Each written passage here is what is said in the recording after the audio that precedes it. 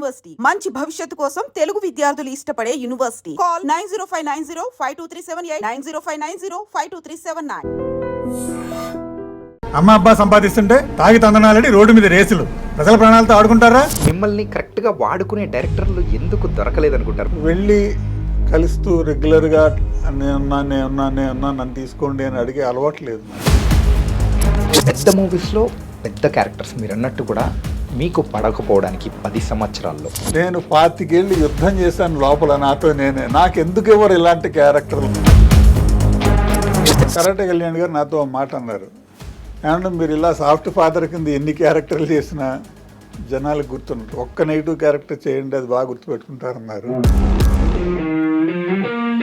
ఇప్పటివరకు ఎన్ని movies act చేశారు సార్? ఇప్పుడు రవితేజ్ గారిది మాస్ జాతర చేస్తున్నాను. ఓజీలో నాది యంగ్ లుక్ ఉంటుంది, ఓల్డ్ లుక్ ఉంటుంది. చాలా సంవత్సరాలు ఒక క్రియేటివ్ డైరెక్టర్గా కూడా వర్క్ చేశారు.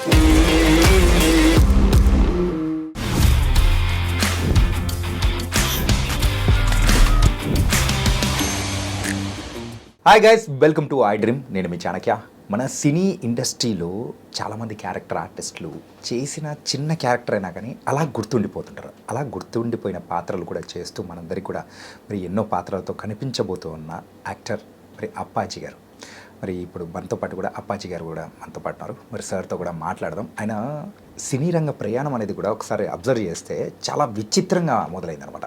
ఎవరైనా కానీ ఫస్ట్ డైరెక్షన్ చేసిన తర్వాత యాక్టర్ అవుతారు, లేకపోతే యాక్టర్ అయిన తర్వాత డైరెక్టర్ అవుతూ ఉంటారు. సార్ది కూడా ఒక క్రియేటివ్ డైరెక్టర్ అయిన తర్వాత దెన్ యాక్టర్గా టర్న్ అయ్యాల్సిన అవసరం వచ్చింది. మరి ఈ వింటూ ఉంటేనే చాలా ఇంట్రెస్టింగ్ అనిపిస్తుంది కదా. సో ఇంకా నేను చెప్తే బాగోదు, మరి సార్తోనే మాట్లాడతాం. Hi sir. నమస్తే సార్. నమస్తే అండి. ఎలా ఉన్నారు సార్? బాగున్నాను. సో ఒక సీనియర్ యాక్టర్గా అండ్ మీ సినీ రంగ ప్రయాణం కానీ it's was complete twist and turns అయితే ఉన్నాయని కూడా మేము అనుకుంటున్నాం. అంత ట్విస్ట్ అండ్ టర్న్స్ ఏం లేవు, కానీ నేను అడ్వర్టైజింగ్లో దగ్గర 28 ఏళ్ళు వర్క్ చేశాను. మోస్ట్లీ ప్రింట్ డిజైనింగ్ సైడ్ ఎక్కువ ఉన్నాను. టీవీ కమర్షియల్ సైడ్ కూడా కొంత వర్క్ చేశాను. ఓకే. ఆ వర్క్ చేయడంలో ఒక టీవీ కమర్షియల్ అంటే నేను డిజైన్ చేసింది కాదు, వేరే వాళ్ళు చేసిన దాంట్లో అది షూటింగ్ మర్నాడనగా ఫాదర్ క్యారెక్టర్ చేయాల్సిన ఆయన రాకపోతే రెస్క్యూ కింద నన్ను పిలిచారు. నువ్వు చేసా అంటే బాబు నేను కెమెరా ముందు ఎప్పుడూ నటించలేదు, ఎప్పుడూ చదువుకునే రోజుల్లో నాటకాలు వేశాను. ఆ తర్వాత నాకు నటనతో టచ్ లేదు, నేను పైగా కెమెరా ముందు ఎప్పుడూ నటించలేదన్నా. లేదు చెయ్యి, నేను చేయించుకుంటానని చెప్పి మా మేనల్లుడు దానికి స్క్రిప్ట్ రాసిన వ్యక్తి అనమాట, ఆనంద్ అని. ఇప్పుడు త్రివిక్రమ్ గారి దగ్గర డైరెక్షన్ డిపార్ట్మెంట్లో వర్క్ చేస్తున్నాడు తను. ఓకే. తను బాగా పట్టుబట్టడంతో ఆ యాడ్ చేశాను, ప్రియా స్నాక్ మ్యాజిక్ అని యాడ్. అందులో నా కొడుకు కింద అలీ రజా, అతను కూడా ఫస్ట్ టైం అనుకుంటా యాడ్ అది. ఓకే. తను చేశాడు. అలా ఒక యాడ్ తోటి నా తెర మీద ప్రస్థానం మొదలేదు. ఆ యాడ్ చూసి వేరే యాడ్స్ రావడం, అలాగా షార్ట్ ఫిల్మ్స్ కూడా రావడం. అలా షార్ట్ ఫిల్మ్స్ చేస్తున్న రోజుల్లో మెయిన్ ఫీచర్ ఫిల్మ్కి పిలుపు వచ్చింది. 2015లో పెసరట్ అని మన Kathi Mahesh, unfortunately he's no more, ఆయన దాంట్లో చేశాను. తర్వాత అతనిదే తారాజుబలో, ఎగిసే తారాజుబలో అని అందులో కూడా చేశాను. అలాగా 2015లో నా ఫస్ట్ మూవీ స్టార్ట్ అని చెప్పాలి. ఈ ఎగిసే తారాజువల్ అంటే ఇది మదనపల్లిలో కూడా కొంచెం షూట్ చేశారు. మదనపల్లి కాదండి, చిత్తూరు దగ్గర, అంటే తిరుపతి పక్కన హాస్టల్ హిల్స్ కాదులేండి. ఓకే. తిరుపతి పక్కన. ఓకే. తిరుపతిలో ఉండి ఒక 10 రోజులు 15 రోజులు అంతా తిరుపతిలో ఉండి రోజు ఆ పక్కన ఉన్న ఊరికి వెళ్ళి షూట్ చేసుకుని వచ్చేవాళ్ళం. కానీ సార్ మీరు ఎక్కువగా ఇప్పటివరకు చేసిన క్యారెక్టర్స్ ఎక్కువగా సాఫ్ట్, కాకపోతే మిమ్మల్ని కరెక్ట్గా వాడుకునే డైరెక్టర్లు ఎందుకు దొరకలేదనుకుంటారు? మీ ఫీచర్స్ వల్ల అట్లా వచ్చేసింది అనుకోవచ్చా? అంటే వాయిస్ సాఫ్ట్గా ఉంటుందండి, వాయిస్ సాఫ్ట్గా ఉంటుంది. అంటే మాడ్యులేట్ చేయలేమని కాదు, చేయగలం. కానీ ఫస్ట్లో ఏమేం క్యారెక్టర్లు వచ్చాయో జనరల్గా ఏంటంటే అది చూసి ప్లస్ నా కళ్ళద్దాలు ఉండేప్పటికీ ఒక సాఫ్ట్ లుక్ వస్తుంది ఆటోమేటిక్గా. దాని మూలాన ఇంకా క్యారీ ఫార్వర్డ్ అయిపోయారు అలాగా. అందుకే ఈ మధ్య కళ్ళద్దాలు తీసేస్తున్నాను, చాలా వాటిలో ఉంచట్లేదు. అందుకే ఇప్పుడు కూడా తీసేస్తే తప్పించి పెట్టట్లేదు. ఓకే. సో అదొక రీజన్. మళ్ళీ రావాలో నేను యాక్చువల్గా నాకు బ్రేక్ వచ్చిన సినిమాల్లో ఫస్ట్ బ్రేక్ వచ్చిన సినిమా అంటే మళ్ళీ రావా అని చెప్పాలి. రాహుల్ యాదవ్ అని నాకు ఆయన ప్రొడ్యూస్ చేశారు స్వధర్మ వాళ్ళ ఫస్ట్ మూవీ. అది నాకు బ్రేక్ వచ్చిన సినిమా. చాలా మంచి క్యారెక్టర్ ఫాదర్ కింద చేసింది, హీరోయిన్ ఫాదర్ కింద చేశాను. నా సెకండ్ హిట్ కూడా వాళ్ళదే, ఏజెంట్ సాయి శ్రీనివాస్ ఆత్రేయ. నాకు అలా కెరీర్ పరంగా నాకు మంచి లైఫ్ ఇచ్చిన సినిమాలు రెండు కూడా ఒకటే బ్యానర్ నుంచి రావడం చాలా హ్యాపీ. థర్డ్ సినిమా కూడా వాళ్ళ నుంచి వచ్చింటే బాగుండేది అనుకున్నాను. నేను ఆయన అడిగా ఏమంటే హ్యాట్రిక్ అయిపోతుందండి అంటే ఇది మసూదాలు అడిగారు. మసూదా లేదు లేదన్నారు. సరే ఇంకా ఊరుకున్నాను. కమింగ్ టు ద మళ్ళీ రావా మూవీ మొత్తం చూస్తే అంతా ఒక పాజిటివ్ థింగ్లా కనిపిస్తూ ఉంటుంది. కాకపోతే మీదొక్కటి మాత్రం మలుపు తిప్పే క్యారెక్టర్, స్టోరీని కానీ వాళ్ళ మైండ్ ప్రాస్పెక్టివ్ కానీ. అది యాక్చువల్గానండి మీరు అన్నారు కదా అంతా పాజిటివ్గా ఉంటారు, కానీ మీరు గమనిస్తే సాఫ్ట్గా సైలెంట్గా ఉన్న నా పార్ట్ నా క్యారెక్టర్ ఏదైతే ఉందో అది నెగిటివ్ క్యారెక్టర్. అంటే నెగిటివ్ అదే సార్. అది దానివల్ల అమ్మాయి హీరోయిన్ స్టోరీ మీరు గమనిస్తే కనుక కూతురు నేను సరిగ్గా సెటిల్ అవ్వకపోవడం వలన కూతురు మీద ఫైనాన్షియల్గా డిపెండ్ అయ్యి ఎంతసేపు అలా గడపడం వలన హీరో కూడా అలా అవుతాడేమో అని భయంతో అతనికి దూరంగా జరుగుతుంది. కానీ కథలో ఆఖరి మలుపు కూడా నాదే ఉంటుంది. అలాగా నాలా ఉండడమ్మా అతను వేరే అని చెప్పి నేను చెప్పబట్టి మళ్ళీ ఆ అమ్మాయి మనసు మార్చుకుని అతని దగ్గరికి వెళ్తుంది. సో ఆ రకంగా మంచి క్యారెక్టర్, అది చాలా మంచి క్యారెక్టర్. అదృష్టం కొన్ని అలాగా మంచి మంచి క్యారెక్టర్లు రావడం అన్నది కూడా ఒక అదృష్టమే. కానీ సార్ ఆ మూవీ అసలు ఎక్స్పెక్టేషన్స్ లేకుండా వచ్చే ఒక మంచి హిట్ అనేది కూడా అందుకోవడం అండ్ పేరు కూడా తీసుకురావడము, సాంగ్స్ కూడా భలే ఉంటాయి. అది అంటే గౌతమ్ తెననూరి ఆయన డైరెక్షన్, అది ఆయన రాసుకున్న విధానం కానీ దాన్ని తీసిన అంటే నాన్ లీనియర్ సిస్టంలో ఫ్లాష్ బ్యాక్ ప్రజెంట్ ఇలాగా చేసుకుంటూ దాన్ని ప్రజెంట్ చేసిన విధానం కానీ అది చాలా ఇంట్రెస్టింగ్గా ఉంటుందండి. అది అంతా ఆయన ప్రతిభే, మాదేమీ లేదు. ఆయన చెప్పింది చేసుకుంటే వెళ్ళడం తప్పించి. యాక్చువల్గా సినిమాలో నన్ను సెలెక్ట్ చేయడానికి ముందర ఆడిషన్ కూడా చేసుకున్నారు వాళ్ళు. చేసి నచ్చిన తర్వాతే ఓకే అనుకున్నాక ఆ క్యారెక్టర్కి నాకు అవకాశం ఇచ్చారు. అలాగే ఈవెన్ ఏజెంట్ ఆత్రేయది కూడా నన్ను ఆడిషన్ చేశారు. మళ్ళీ ఇది చేసినా కూడా ఏజెంట్ ఆత్రేయ కూడా నాకు ఆడిషన్ అడిగారు, చేశాను. చేసిన వెంటనే డిసైడ్ చేసి చెప్పారు చేస్తున్నారు మీరు అని. అందులో నెగిటివ్ రోల్గా కంప్లీట్ నెగిటివ్ రోల్, మంచోళ్ళ వచ్చేసి నెగిటివ్ అయిపోయాడు. అంటే స్టోరీని యాక్చువల్గా హీరో నవీన్ పోలిశెట్టి గారి క్యారెక్టర్ డామినేట్ చేసి పట్టుకెళ్ళిపోవడం వలన మన అంత హైలైట్ అవ్వలేదు. కానీ అదర్వైజ్ అసలు చాలా మంచి నాకు కూడా బ్రేక్ రావాల్సిన సినిమా అది. ఆయన డామినేట్ చేసి పట్టుకెళ్ళిపోయారు జాగ్రత్తగా. ఎన్ని రోజులు షూట్ చేశారు సార్? తక్కువేనండి, చేసింది నెంబర్ ఆఫ్ డేస్ తక్కువే. ఒక 5-6 డేస్ చేసి ఉంటాము, ఒక మ్యాక్స్ 7 డేస్ చేసి ఉంటాం. కానీ ఆ స్టోరీ అది కానీ వాళ్ళు డీల్ చేసిన విధానం కానీ అంటే ఒక కొత్త క్రైమ్ యాంగిల్ని చూపించిన విధానం. అవునండి, అసలు దట్ వాస్ వెరీ ఫ్యాంటాస్టిక్ అనిపించింది. అండ్ అందులో కూడా అంత సీరియస్నెస్తో పాటు ఫన్ ఎలిమెంట్ అలా మెయింటైన్ అవుతుంటుంది. ఆ ఫన్ ఎలిమెంట్ లేకపోతే టూ సీరియస్ అయిపోయి అసలు ఆడియన్స్ రిసీవ్ చేసుకోలేరేమో అనిపిస్తుంది నాకు ఒక్కొక్కసారి. బట్ ఎనీవే రెండు కూడా ఒక బ్యాలెన్స్డ్గా వెళ్ళబట్టి ఆ సినిమా మంచి హిట్ అయింది. Two parallel boats at a time అన్నట్టు. నాకు ఇవాళకి నేను ఎక్కడైనా పబ్లిక్లో కనిపిస్తే అంటే మాల్స్కి వెళ్తుంటాను, నేను మామూలుగానే తిరిగేస్తుంటాను. ఎవరైనా కలిసినప్పుడు ఏజెంట్ ఆత్రేయలో చేశారు కదండి అంటారు. దాని తర్వాత నేను చాలా సినిమాలు చేసినా నాకు ఏజెంట్ ఆత్రేయ తాలూకు ఇంపాక్ట్ నా మీద ఉండిపోయింది, అంటే ఆడియన్స్లో ఒక్కసారిగా అలా జయ్యని మొత్తం తిప్పి అట్లా చేశారు. కాబట్టి మధ్యలో నేను ఇనీషియల్గా చేస్తున్న రోజుల్లో అంటే సాఫ్ట్ క్యారెక్టర్లే చాలా పడ్డాయి. ఆ టైంలో ఒకసారి కరాటే కళ్యాణ్ గారితో ఒక ఫిల్మ్ ఏదో చేయడం జరిగింది, అది బయటకు రాలేదు. శోభన్ గారని డైరెక్టరు, ఆయన డైరెక్షన్ స్టార్ట్ చేశారు. తర్వాత సడన్గా ఎక్స్పైర్ అవ్వడం జరిగింది, అది ఆగిపోయింది ప్రాజెక్ట్. ఏది సార్ అది బాబీ తర్వాతనా లేకపోతే ఎట్లా సార్? ఆయన లాస్ట్ దండి, అంటే అది సినిమా కంప్లీట్ కాలే అసలు. ఓకే, వర్షం స్టార్టింగ్ లో తీశారు, ఉండగానే ఆయన వర్షం తీశారు, తర్వాత బాబీ తీశారు, అండ్ తర్వాత ఓకే ఆ సినిమా టైటిల్ గుర్తు నాకు ఐడియా లేదు, ఓకే అది ఆగిపోయింది. కానీ ఆ షూటింగ్ చేస్తున్న రోజు టైంలో కరాటే కళ్యాణ్ గారు నాతో ఒక మాట అన్నారు, ఏమన్నా మీరు ఇలా సాఫ్ట్ ఫాదర్ కింద ఎన్ని క్యారెక్టర్లు చేసినా జనాలకు గుర్తున్నారు, ఒక్క నెగిటివ్ క్యారెక్టర్ చేయండి అది బాగా గుర్తుపెట్టుకుంటారన్నారు.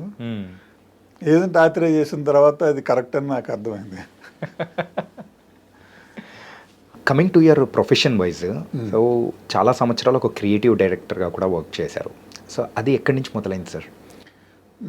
మా ఫాదర్ బేసిక్గా పబ్లిషర్ అండి, పబ్లిషరు, ఎడిటర్ అండ్ పబ్లిషర్. మ్యాగజైన్కి, మంత్లీ మ్యాగజైన్ అభిసారిక అని సామర్లకోట నుంచి వచ్చేది. మా నేటివ్ సామర్లకోట, ఈస్ట్ గోదావరి. ఓకే, నేను అక్కడే పుట్టి పెరిగాను. నా డిగ్రీ ఏమో కాకినాడ పిఆర్ కాలేజీలో అయింది, అక్కడ చదువుకున్నాను. తర్వాత మా ప్రెస్లోనే వర్క్ చేసేవాడిని చాలా కాలం, కొంతకాలం ప్రెస్లో వర్క్ చేశాను. తర్వాత కెరీర్ వైజ్ నా వైఫ్ తన మెడిసిన్ చదువుకుంది, ఆవిడ కెరీర్ దృష్ట్యా నా కెరీర్ దృష్ట్యా నేను హైదరాబాద్ వచ్చి ఇక్కడ అడ్వర్టైజింగ్లో జాయిన్ అయ్యాను. సో నా ఫస్ట్ జాబ్ ఓటీఎస్ అడ్వర్టైజింగ్ అని ఎయిర్పోర్ట్, బేగంపేట ఎయిర్పోర్ట్ పక్క రోడ్లో ఉండేది. మన ఆంధ్రజ్యోతి నల్లూరు వెంకటేశ్వర్లు గారు అబ్బాయి నల్లూరు జగదీష్ అని ఆయన రన్ చేసేవారు ఏజెన్సీ, అది. ఓకే, అందులో జాయిన్ అయ్యాను. ఫాదరు అంటే మాకు చిన్నప్పటి నుంచి ప్రింటింగ్ ప్రెస్ ఉండడం, ఇంట్లోనే స్కూల్ అయిన తర్వాత ఇంట్లో ప్రెస్లో వర్క్ చేయడం, కాగితాలు మడత పెట్టడం, ప్రింటింగ్ మిషన్ మీద మిషన్ ఆపరేటర్ కింద. నేను లెటర్ ప్రెస్, ఆఫ్సెట్ అన్నీ వర్క్ చేశాను. సో మాన్యువల్ నుంచి డిజిటల్కి సిస్టమ్ ఎలా ట్రాన్స్ఫార్మ్ అయిందో అదంతా నాకు తెలుసు. 86లో మేము మ్యాక్ కంప్యూటర్స్ కొన్నప్పుడు, ఇది 86లోనే ఉన్నాయి సార్. అప్పటికి 86 అంటే 87 స్టార్టింగ్లో లాంచ్ అయ్యాయి. లాంచ్ అవగానే ఇండియాలో 6th కంప్యూటర్ మాది, 5వ 6వ ఆల్ ఇండియా లెవెల్లో. ఓకే ఓకే, అలా అప్పటి నుంచి నేను డిజిటల్ మీద వర్క్ చేశాను. సో హైదరాబాద్లో కూడా డిజిటల్ ఒక రకంగా ఇంట్రడ్యూస్ చేసిన వ్యక్తి కింద చెప్పుకోవచ్చు మీరు. ఈ ప్రింటింగ్ ఇండస్ట్రీలో పనిచేయడం అన్నది, చిన్నప్పటి నుంచి వర్క్ చేయడం అనేది నాకు ప్రింట్ డిజైన్స్ మీద అవగాహన బాగా కల్పించింది. అది నాకు అడ్వర్టైజింగ్లో ఉద్యోగానికి అవకాశం వచ్చింది. ఓకే, నేను చదువుకుంది అయితే BA తెలుగు, లిటరేచర్ చదువుకున్నాను. కానీ దానికి దీనికి అసలు సంబంధం లేదు సార్.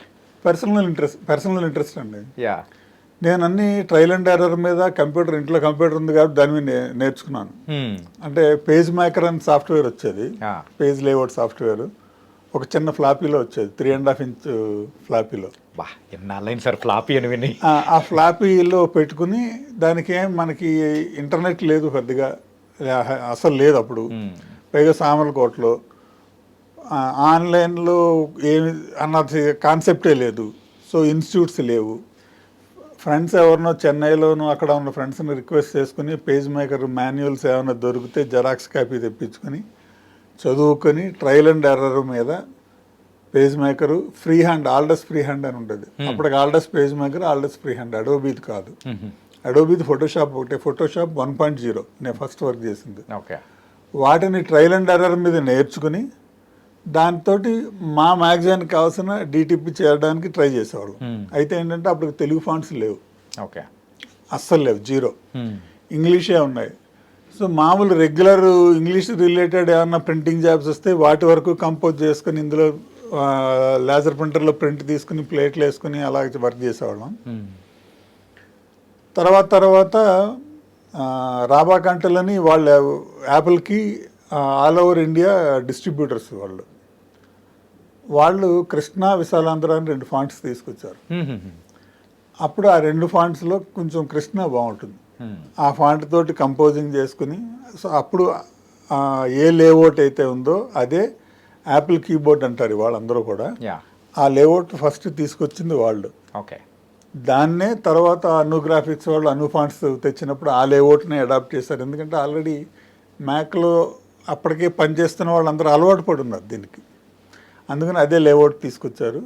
బట్ ఫాంట్స్ క్వాలిటీ అయితే అను ఫాంట్స్ తోటి చాలా బాగా ఇంప్రూవ్ అయింది. ఓకే, సో అప్పట్లో నాకు ఫాంట్స్ తయారు చేయాలి అన్న ఇంట్రెస్ట్ రావడానికి కూడా మా అవసరమే. ప్రింటింగ్లో కృష్ణ విశాలాంధ్ర తప్పించి వేరే ఫాంట్స్ వేరే ఉండేవి కాదు. అప్పటికి ఇంకా రాలేదు.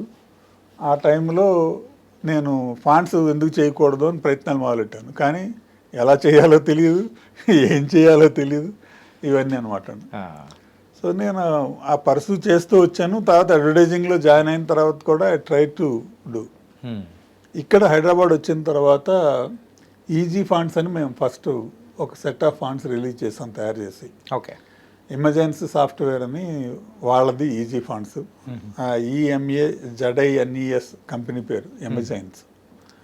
అందులోంచి ఈజీ తీసుకుని ఈజీ ఫాంట్స్ అని పెట్టాం. సో ఫాంట్స్ అన్నీ నేనే తయారు చేశాను అప్పుడు. ఓకే. అప్పుడు ఒక 14 యాస్కీ ఫాంట్స్, అవన్నీ యాస్కీ ఫాంట్సే తయారు చేసాం. అంటే ఇప్పుడు వాడుకంలో ఉండేది ఉన్నాయి. అంటే ఈనాడు తిరుపతి ఎడిషన్ వాళ్ళు ఇంకా వాడుతున్నారు. అలా కొన్ని ప్లేసుల్లో వాడుతున్నారు పేపర్ల వాళ్ళు.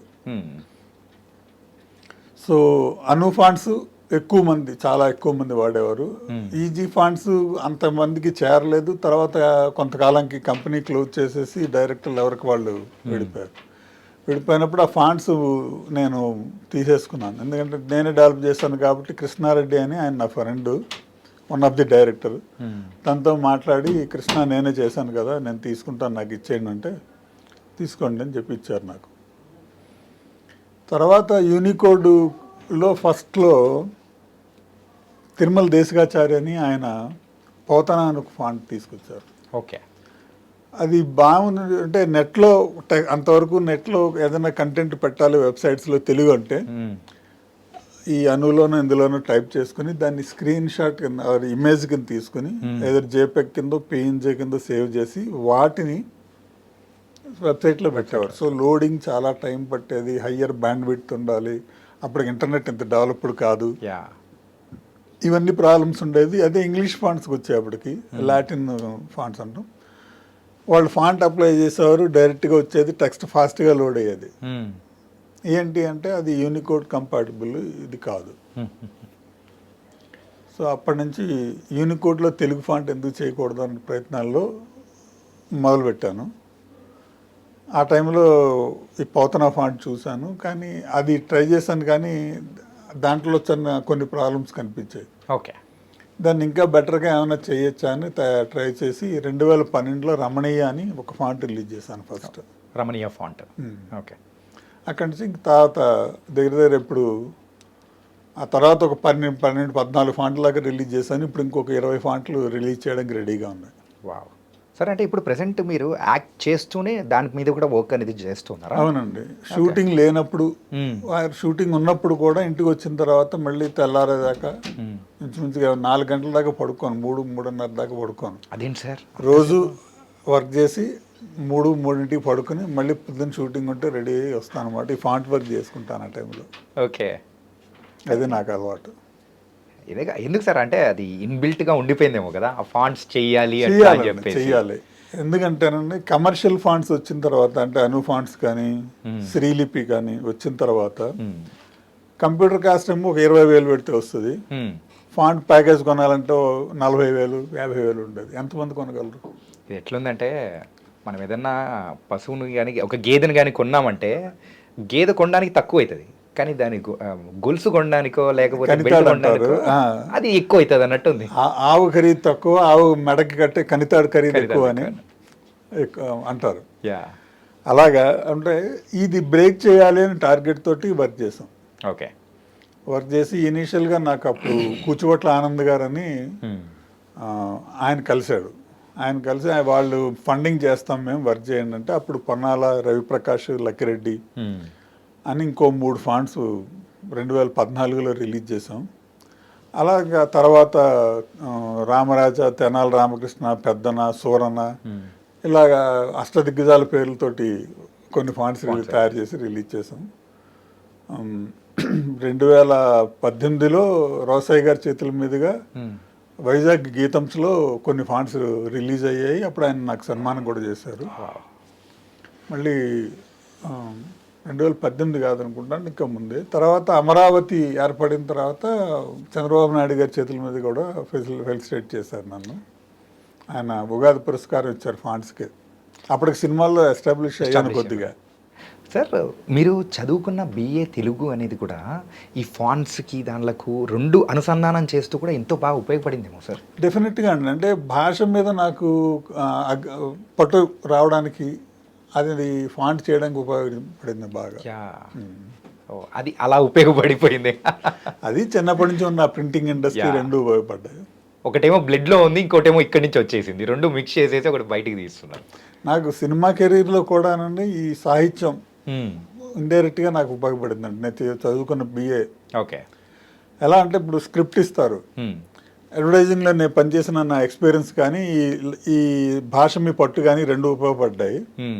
స్క్రిప్ట్ ఇచ్చారనుకోండి, వాళ్ళు ఇచ్చిన సీన్ చదివితే ఇది ఏ కాంటెక్స్ట్ తోటి రాశారు, దీని వెనక ఉద్దేశం ఏంటి, ఇది ఏ ఉద్దేశంతో రాశారు అన్నది నాకు కొంచెం త్వరగా అర్థం అవుతుంది. ఐడియా వచ్చేస్తుంది. త్వరగా అర్థం అవుతుంది.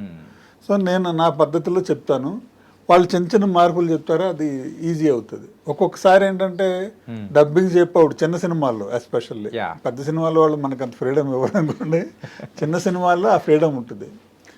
గ్యాప్లు వస్తుంటాయి సీన్లో, ఏదో ఎడిటింగ్లోనూ దేనివల్ల అంటే వాళ్ళు టేక్లోనూ ఎక్కడో గ్యాప్ వచ్చింది అనుకోండి, ఇక్కడ ఏదో ఖాళీ ఉందండి ఏదైనా చెప్తే బాగుంటుంది అంటే ఆ ఫిల్ చేయడాలు అలాంటివి చేస్తుంటాను. ఓకే. అది మనకున్న నాలెడ్జ్ని బట్టి ఆటోమేటిక్గా అది అక్కడ మనం ఈ సిచ్యుయేషన్కి ఇది బాగుంటుందండి, ఈ సందర్భానికి ఇది బాగుంటుంది. లేకపోతే ఒక్కొక్కసారి డైలాగ్ మారుద్దాం అనుకుంటారు, ముందేదో చెప్పిస్తారు, డైలాగ్ మారుద్దాం అనుకుంటారు. మారుద్దాం అనుకున్నప్పుడు ముందు చెప్పిన దాన్ని లిప్ ఒకలా ఉంటుంది, తర్వాత వీళ్ళు చెప్దాం అనుకున్నది ఇది ఇలా అయితే బాగుంటుందండి అంటే అది ముందు అప్పుడు చూసుకుని ఉండరు, తర్వాత ఐడియా వచ్చింది వాళ్ళకి ఇలా మారుద్దామండి అంటే ఆ మార్చింది దానికి సింక్ అవుతుంది. సింక్ అవునప్పుడు ఆల్టర్నేటివ్ సజెస్ట్ చేస్తాను నేను. ఏమంటే ఇదే ఎక్స్ప్రెషన్ ఇదే మీనింగ్ తోటి ఇలా చెప్తే బాగుంటుందంటే ఆ లిప్కి కూడా సింక్ అవుతుంది చాలా వరకు అంటే చెప్దామండి అని చెప్పించుకుంటారు. ఓకే. అవన్నీ నాకు అంటే ఈ సాహిత్యం చదువుకున్న మూలాన, అడ్వర్టైజింగ్లో పనిచేసిన మూలాన అది హెల్ప్ అవుతుంది బేసిక్గా. ఇప్పటివరకు ఎన్ని మూవీస్ యాక్ట్ చేశారు సార్? దగ్గర 140 పైన చేశానండి. 140 పైన. తెలుగు 10 ఏళ్ళు అయిందండి కరెక్ట్గా. ఈ ఇయర్ నాకు 10 years కంప్లీట్, 2025. ఈ ఇయర్ నాకు సిగ్నిఫికెంట్గా 3 రకాలుగా నాకు ఈ ఇయర్ చాలా అంటే ఇయర్ మార్కింగ్ ఇయర్ అంటారు కదా, అలాగా 10 ఏళ్ళు సినిమా ఇండస్ట్రీ కంప్లీట్ అయింది, 60 ఏళ్ళు నా వయసుని కంప్లీట్ అయింది, ఓకే, 40 ఏళ్ళు నా మ్యారేజ్ అయ్యి ఈ మేకి, ఓకే, 60, 40, 10 అనుకోండి. అలాగే అలా అన్ని కలిసి వచ్చేసాయి ఈ ఏడాది. అంటే 2025 అనుకోకుండా అలా రౌండ్ ఫిగర్లు కుదిరాయని. అంటే మా ఫాదర్ది 100 year బర్త్డే కూడా ఈ ఇయరే వచ్చింది, అది కూడా చేసాము. Okay, okay. అలాగా అంటే ఈ ఇయర్ కాదు, లాస్ట్ ఇయర్ జస్ట్ 1 year. అంటే కంపేర్ చేసుకుంటే అది హార్డ్లీ 5-6 months అంతే. ఓకే సార్, ప్రెజెంట్ చేస్తున్న మూవీస్ సార్? ఇప్పుడు రవితేజ్ గారిది మాస్ జాతర చేస్తున్నానండి, శ్రీ విష్ణు గారిది 2 సినిమాలు చేస్తున్నాను నేను శ్రీ విష్ణు గారితో. అంటే పేర్లు డిసైడ్ అవ్వలేదు వాటికి ఇంకా. అది కాకుండా ఒక వెబ్ సిరీస్ చేశాను, పోస్ట్ ప్రొడక్షన్లో ఉంది. చిన్న ఫిల్మ్స్ ఇంకొక 2 films 3 films దాకా చేశాను. ఆ 3 filmsలో 2 నేను విలన్నా, నెగిటివ్ క్యారెక్టర్ చేశాను. మీకు కావాల్సింది ఈవెన్ వెబ్ సిరీస్లో కూడా నాది నెగిటివ్ క్యారెక్టర్. ప్రేమ్ ప్రతీక్ అని ఆయన తను డైరెక్ట్ చేశారు. తను హీరో కింద లాస్ట్ టైము ఒక సినిమా చేశారు, సదా నీ ప్రేమ కాదు అలాగేదో ఉంటుంది సమ్ టైటిల్, ఎగ్జాక్ట్ గుర్తులేదు. తనే హీరో, తనే డైరెక్టర్, తనే ప్రొడ్యూసర్. ఆ సినిమా ఓటీటీలో కూడా ఉంది, థియేటర్లో కూడా బాగానే ఆడింది. ఆయన తర్వాత మొన్న ఒక వెబ్ సిరీస్ ప్రొడ్యూస్ చేశారు, తనే డైరెక్ట్ చేస్తూ. ఓకే. అంటే హీరో వేరే వాళ్ళు పెట్టి చేశారు. అందులో ఒక character out right negative character. ఆయన పిలిచి ఏమంటే మీరు ఇప్పటిదాకా అన్ని సాఫ్ట్ క్యారెక్టర్లు చేశారు, నేను I want to see you in a negative character, out and out negative character. ఈ క్యారెక్టర్ మీరు చేస్తేనే బాగుంటుంది, ప్రేక్షకులకు కూడా కొంచెం సర్ప్రైజింగ్గా, అంటే నేను ఇప్పుడు చెప్పేస్తున్నాను కానీ నన్ను ఏమంటారో తెలియదు రేపు నా ఇంటర్వ్యూ చూశాక, కానీ ఉంటుంది అని నెగిటివ్ క్యారెక్టర్ ఇచ్చారు. నేను చెప్పాను ఏమంటే నేను ఎప్పటి నుంచో వెయిట్ చేస్తున్నాను ఇలాంటి అవకాశం కోసం, చేస్తారా అని అడిగారు మాట.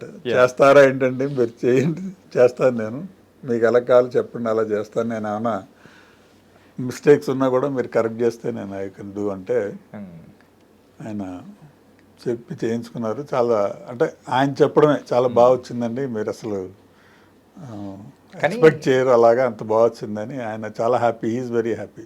కానీ మిమ్మల్ని చూస్తుంటే ఒక పదం మాత్రం అనాలనిపిస్తుంది సార్, ఒక లైన్ ఏంటంటే don't judge the book by its cover అని అంటారు చూసారా, అది మీకు పర్ఫెక్ట్ సెట్ అవుతుంది. అంటే ఎందుకంటే అలాగా, సాఫ్ట్ ఉంటారు అందరూ డైరెక్టర్స్, కానీ మీరు ఇంతకుముందు చెప్పారు చూసారా, అరే సాఫ్ట్ ఉంటాను, నాకు ఆ టైప్ ఆఫ్ క్యారెక్టర్స్ వేస్తూ ఉన్నారు, నాలో అది కూడా ఉంది వాడుకోవచ్చు అని చెప్పేసి అని అన్నారు చూసారా, దట్స్ వాట్. అది ఏంటంటేనండి, పాత తరం డైరెక్టర్లు అందరూ ఇలాంటి దాన్ని వాడుకున్నారు. అంటే కన్నింగ్గా ఉండేవాళ్ళు ఉంటారు కొంతమంది, పైకి చాలా మంచి వాళ్ళే కనబడతాడు, వెనకంతా విషపు ఛాయలు ఉంటాయి. అలాంటి క్యారెక్టర్లు కొంతమంది పాత తరం నటులు చేశారు. పాత తరం నటుల్లో కూడా అందగాళ్ళు ఉన్నారు. అంటే శరత్ బాబు గారు ఉన్నారు, ఆయనకైనా అందం తక్కువ అండి. మరి ఆయన చేసిన నెగిటివ్ క్యారెక్టర్లు ఎవరు చేయలే. మనకి ప్రాబ్లం ఏంటంటేనండి, బాగా బేస్ వాయిస్ బో బో అన్న టైప్లో అలా ఉన్న వాయిస్ ఉంటేనే నెగిటివ్ క్యారెక్టర్కి పనికొస్తాడు అని ఒక ఫిక్సేషన్లో ఉన్నారు మన వాళ్ళు ఇప్పుడు ప్రస్తుతం. అది ఉండేది కాదండి. సిఎస్ఆర్ గారు చేశారు, నెగిటివ్ క్యారెక్టర్లు చేయలేదా?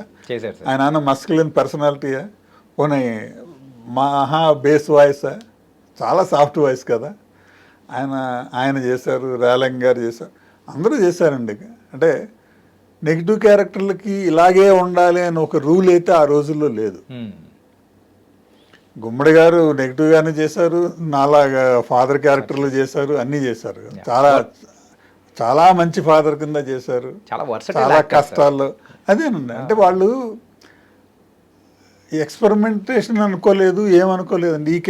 ఒక ఆర్టిస్ట్ ఏ క్యారెక్టర్ అయినా చేయగలరని నమ్మారు పాత దర్శకులు, పాత రచయితలు, దర్శకులు.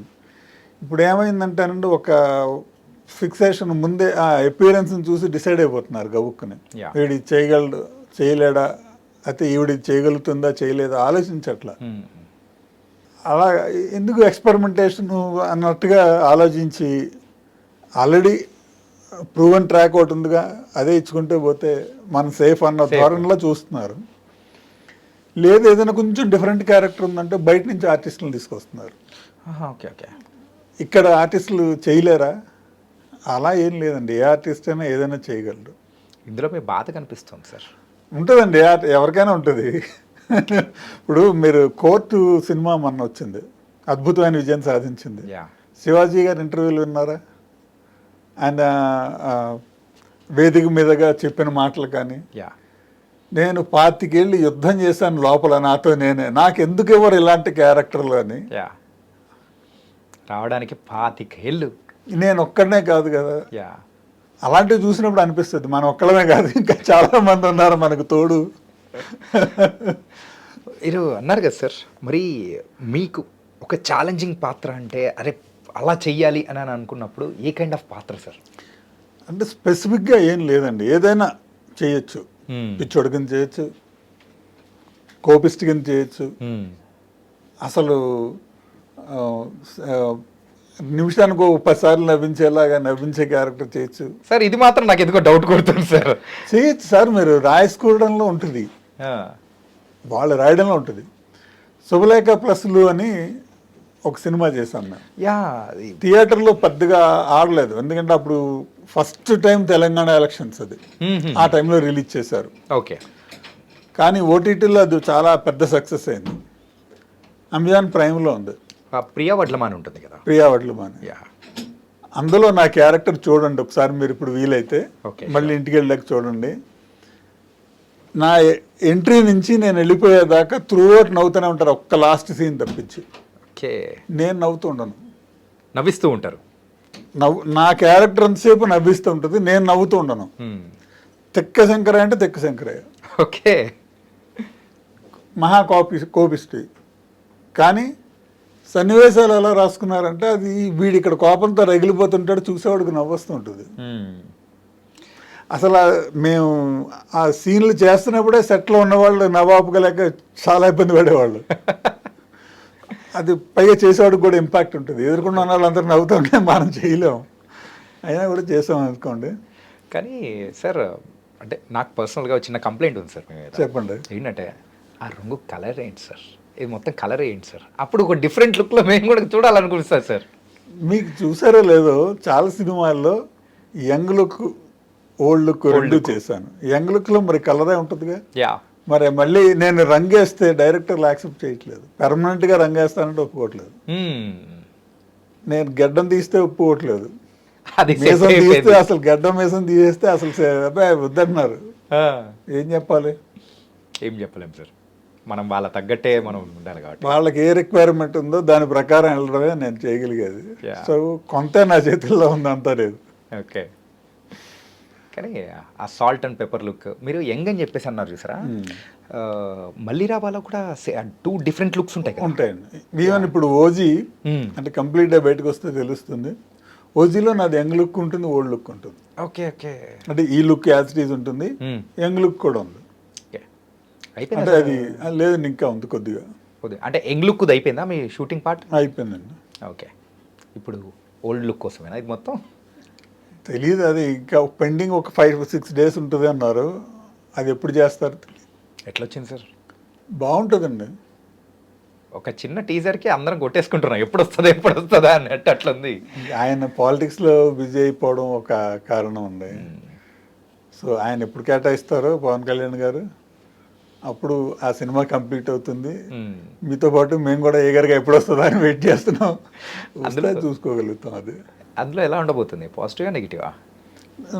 నార్మల్ రెగ్యులర్ క్యారెక్టర్ ఉండబోతుంది. ఓకే సార్, ఎక్కువగా పెద్ద మూవీస్లో పెద్ద క్యారెక్టర్స్ మీరు అన్నట్టు కూడా మీకు పడకపోవడానికి 10 సంవత్సరాల్లో ద రీజన్ ఏంటనుకోవచ్చు? తెలియదండి, అంటే అలా చెప్పలేను నేను. అంటే రాసుకునే వాళ్ళకి ఆ క్షణానికి ఈ క్యారెక్టర్ వీడు సూట్ అవుతాడు అని అనిపించకపోవచ్చు, అసలు మనం స్ట్రైక్ అవ్వకపోవచ్చు. ఫ్రీక్వెంట్గా కనబడుతూ ఉండాలి అన్నది చాలామంది చెప్తారు. వెళ్ళి కనిపిస్తూ ఉంటే వాళ్ళకి అప్పుడు క్యారెక్టర్లు వస్తాయని. నా ప్రాబ్లం ఏంటంటే షూట్ పిలిచినప్పుడు సెట్లోకి వెళ్తాను, పలకరిస్తాను, నా పని చేసుకుంటాను, మళ్ళీ వెళ్ళేప్పుడు ఒకసారి అందరికీ చెప్తాను, వచ్చేస్తాను. మళ్ళీ తర్వాత ఎవరితో టచ్లో ఉండి మళ్ళీ వాళ్ళు పిలిస్తే తెప్పించి ఓకే వెళ్ళి కలుస్తూ రెగ్యులర్గా నేనున్నా నన్ను తీసుకోండి అని అడిగే అలవాటు లేదు నాకు. అది రాంగ్ అయి ఉండొచ్చు, కానీ చేతకాని పని. ఓకే. అంటే మీది ఒక డిఫరెంట్ జోన్ అని మాత్రం అర్థమవుతుంది సార్. అంటే ఇది పని చూసుకున్నామా వెళ్ళిపోయామా ఇదే అన్నట్టు అంతే ఉంటుందండి. Sir coming to your family sir, so మీరు ఇందాక అన్నారు మాటల్లో మేడం అయితే మెడిసిన్ చేశారు, షీజ్ ఏ డాక్టర్ అని చెప్పేసి. సో పిల్లలు? ఒక అబ్బాయి అండి. నా వైఫ్ ఏమో మెడిసిన్ అయిన తర్వాత ఇప్పుడు తను నిమ్స్లో సీనియర్ మెడికల్ ఆఫీసర్ కింద వర్క్ చేస్తున్నారు. Nizam's institute of medical sciences అని పంజగుట్లో ఉంది, అందులో డాక్టర్ ఆవిడ. ఓకే. నాకు ఒకడే అబ్బాయి, మా నాన్నగారి పేరే రామ్షాన్. హాంకాంగ్ కాగ్నిజెంట్లో సీనియర్ ప్రాజెక్ట్ మేనేజర్ కింద చేస్తున్నాడు తను. ఓకే. మ్యారేజ్ అయింది, కోడలు తను అక్కడే ఉంటారు ఇద్దరు. మీ ఇంట్లో రియాక్షన్ ఏంటి సార్ ఇట్లా మూవీస్లోకి ఇట్లా అన్నప్పుడు? ఏంటి అని చెప్పేసి ఏం లేదండి, వాళ్ళు ఒకటే చెప్పారు, ఇన్నేళ్ళు ఇంటి కోసం చేసావు, ఫ్యామిలీ కోసం చాలు, ఇక నీ కోసం నువ్వు చేసుకో, మేము అందరం సెటిల్ అయ్యి ఉన్నాం కదా, నీకు ఎందుకు ఇబ్బంది అన్నారు. అసలు ఏమన్నా కానీ అస్సలు వీళ్ళందరూ ఓకే సార్, కాకపోతే మేడం అన్నా కానీ ఎక్కడో చోట చిన్న మాట అసలు ఆవిడే ఫస్ట్ ముందు నీకేం కావాలో చేసుకు, ఎంతకాలం ఫ్యామిలీ కోసం యుద్ధం చేసావు కదా చాలులే అంది ఆవిడ. కమింగ్ టు యువర్ డాడ్ కానీ, సో 100 సంవత్సరాలు నిజంగా సూపర్ సార్. అంటే ఫాదర్ ఈజ్ నో మోర్ అండి, 90లోనే పోయారు. Okay okay. మదర్ 82లో పోయారు. ఓకే. సో పేరెంట్స్ లేరు. మేము 5 పిల్లలు. మా అన్నయ్య సామలకోటలో ఉంటారు. మా నాన్నగారు మ్యాగజైన్ ఆయన రన్ చేస్తారు మొన్నటి దాకా. మా పెద్ద సిస్టర్ కాకినాడలో ఉంటారు, ఆవిడ కాలేజ్ ఉమెన్స్ కాలేజ్ ఏఎస్ అంటే అక్కడ అన్నవరం సత్యవతీదేవి ఉమెన్స్ కాలేజ్ అని ఉంది కాకినాడ జగన్నాథపురంలో. దాని ప్రిన్సిపాల్ కింద ఆ కాలేజీలో చదువుకుంది ఆవిడ. తర్వాత వేరియస్ ప్లేసెస్లో లెక్చరర్ కింద చేసి మళ్ళీ అదే కాలేజీకి ప్రిన్సిపాల్ కింద వచ్చి ఆ కాలేజీలో రిటైర్ అయింది. ఓకే. సో ఆవిడ మా పెద్ద అక్క రత్నగిరి ఉషా అని. తర్వాత రెండో అక్క వెంకటగిరి శేష, ఆవిడ లెక్చరరే ఇక్కడ హైదరాబాద్లో. నేనున్న ఫ్లాట్స్లన్నీ పై ఫ్లాట్స్లో ఉంటారు. మూడో సిస్టరు తను వైస్ ప్రిన్సిపాల్ బచ్పన్ స్కూల్స్కి, ఆవిడ ఇక్కడ హైదరాబాద్లోనే ఉంటారు. కంప్లీట్ ఒక ఎడ్యుకేటెడ్ ఫ్యామిలీ సార్. నేనే కొంచెం తక్కువ చదువుకున్నానండి, అందరూ పోస్ట్ గ్రాడ్యుయేట్సే. ఓకే. మా అన్న అయితే పిహెచ్డి హ్యూమన్ జెనెటిక్స్. ఓకే. మా అక్క ఇంగ్లీష్ లిటరేచర్లో పిహెచ్డి చేసింది ఆవిడ. నేను ముందు నుంచి చదువు మీద పెద్ద ఫోకస్ లేదు, కొంచెం అల్లరి ఎక్కువ ఉండేది. అల్లరి కూడా కాదు, క్లాస్లో ఉండేవాడిని కాదు. ఎందుకు సార్ అలాగా? నచ్చేది కాదండి.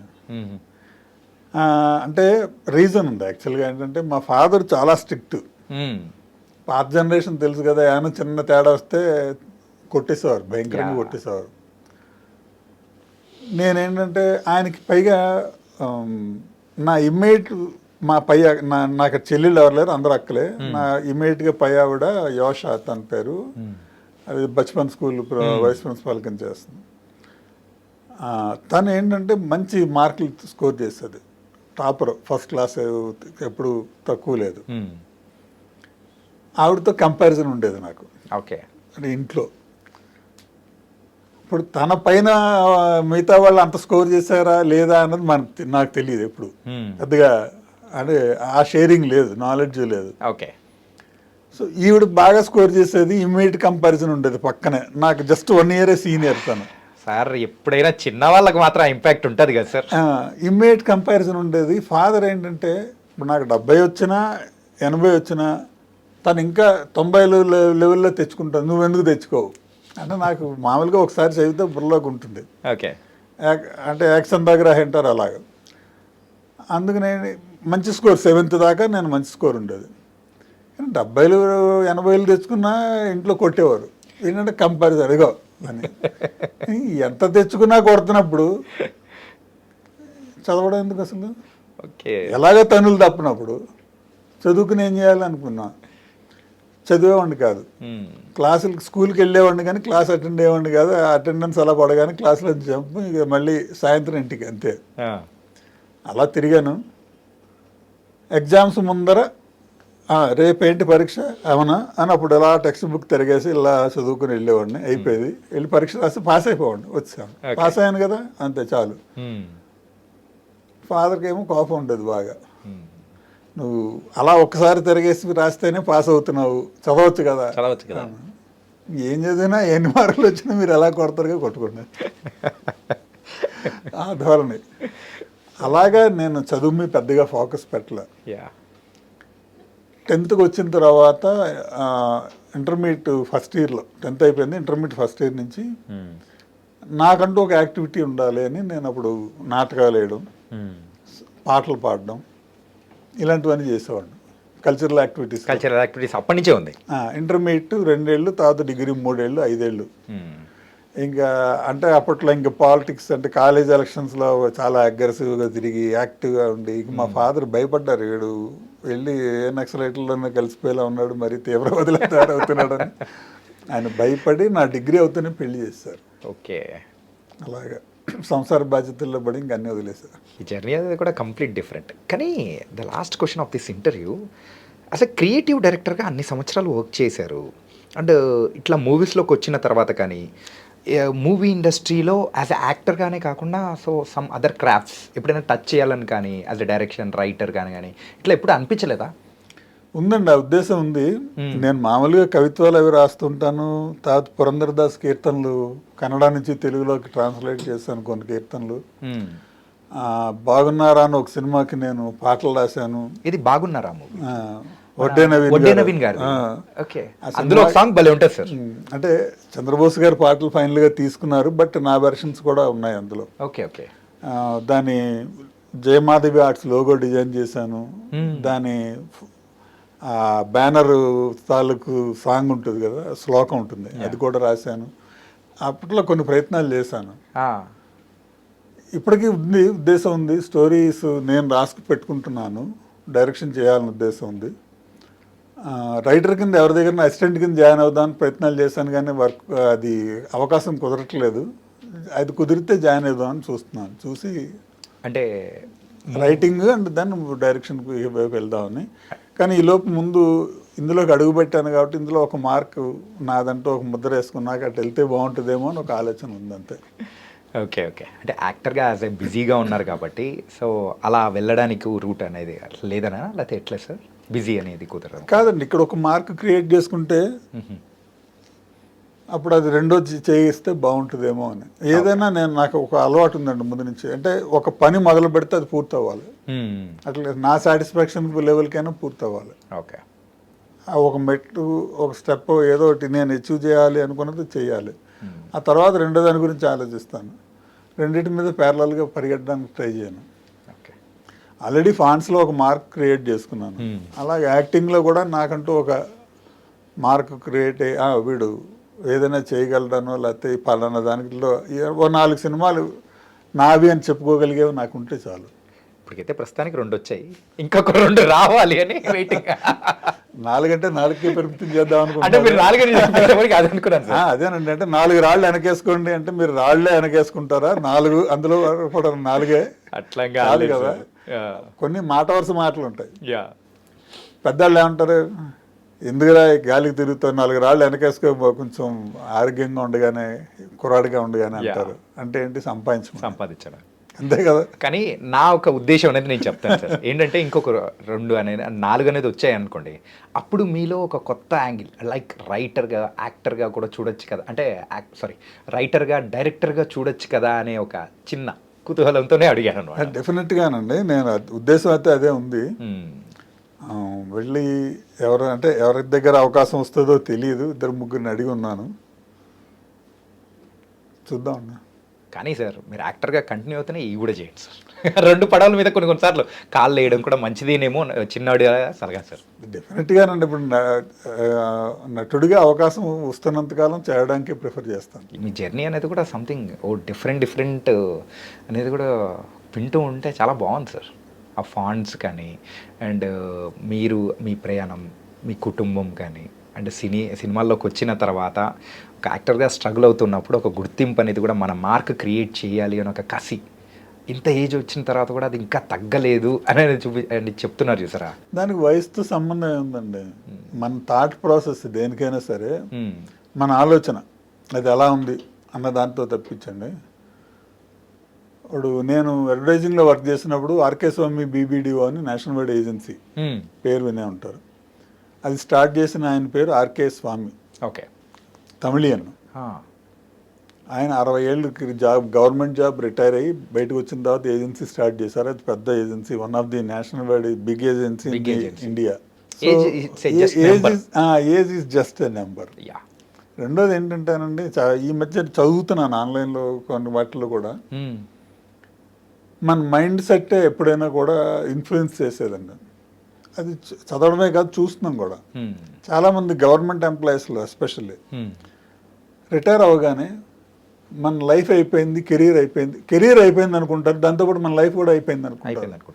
వాళ్ళు త్వరగా పోవడం చూస్తూ ఉంటాం అన్ఫార్చునేట్లీ. ఎందుకు అంటే అది మైండ్ సెట్. ఓకే, ఒక మా బంధువే ఒక ఆయన, పెద్ద ఆయన, 90 ఏళ్ళు పైన ఉన్నారు. చాలా active, energetic and no health complaints, 0. కానీ ఆయన ఉన్న ఊర్లో, పల్లెటూరులో ఉంటున్నారు, ఆయన ఉన్న ఊర్లో ఆయన చుట్టుపక్కల ఆయన ఏ సమవయస్కులు వాళ్ళందరూ పోయి, తర్వాత ఆయనకంటే చిన్నవాళ్ళు కూడా పోయి, చివరికి ఆయన తమ్ముడు వరుస అవుతున్నవాడు కూడా పోతే, నేను ఒక్కడనే అయిపోయినాను నెగిటివ్ ఫీలింగ్ వచ్చేసి వచ్చిన నెలలకు చనిపోయారు. Completely mind set. అప్పుడు చెప్పండి, అది మైండ్ సెట్ అంటారా ఏమంటారు? అదే సార్, మన ఆలోచన విధానం. నేను ఒక్కడనే అయిపోయాను, మనిషి కుంగిపోతాడు చూసారండి, అదే ప్రాబ్లం. సో అందుకే ఏంటంటే మనకు చిన్నప్పటి నుంచి పూర్వం రోజుల్లో, ఇప్పుడు లేదు అది, పాజిటివ్ థాట్ ఇంపార్టెంట్ అనేవారు, పాజిటివ్ టాక్ ఇంపార్టెంట్ అనేవారు. రైట్. అంటే ఎంత కోపం వచ్చినా పక్కవాడిని తిట్టేప్పుడు కూడా నెగిటివ్గా తిట్టకూడదు అనేవారు. మాటలో నెగిటివిటీ పనికిరాదు ఏ రకంగానూ. ఇవాళ ఎవరి దగ్గర లేదు అది, అంటే ఇంక్లూడింగ్ మీ ఆల్మోస్ట్. మనకు కోపం వస్తే ఏం మాట్లాడతామో తెలియదు. అది మనం పెరిగిన ఎన్విరాన్మెంట్ చుట్టుపక్కల ఎలా ఉంది దాన్ని బట్టి ఉంటుంది. ఆ పాజిటివ్ థాట్ అంతా పోయింది. ఇవాళ అంతా నెగిటివిటీ ఉంది, మ్యాక్స్ నెగిటివిటీ ఉంది. అది జనరేషన్ టు జనరేషన్ పెరుగుతోంది తప్పించి దానివల్ల ఈ సమస్యలన్నీ ఇవాళ మరి దానికి సోషల్ మీడియా కూడా బాగా హెల్ప్ అవుతుంది. It was very nice words from you sir really. So చాలా మంచి విషయాలు అనేది కూడా చెప్పారు అండ్ మీ యొక్క జర్నీ అనేది కూడా చాలా డిఫరెంట్ ఉంది. So it was very very nice and thank you so much sir really. Thank you for coming here. మీకు మన ఐ డ్రీమ్ ప్రేక్షకులకి అందరికీ కూడా నమస్కారం.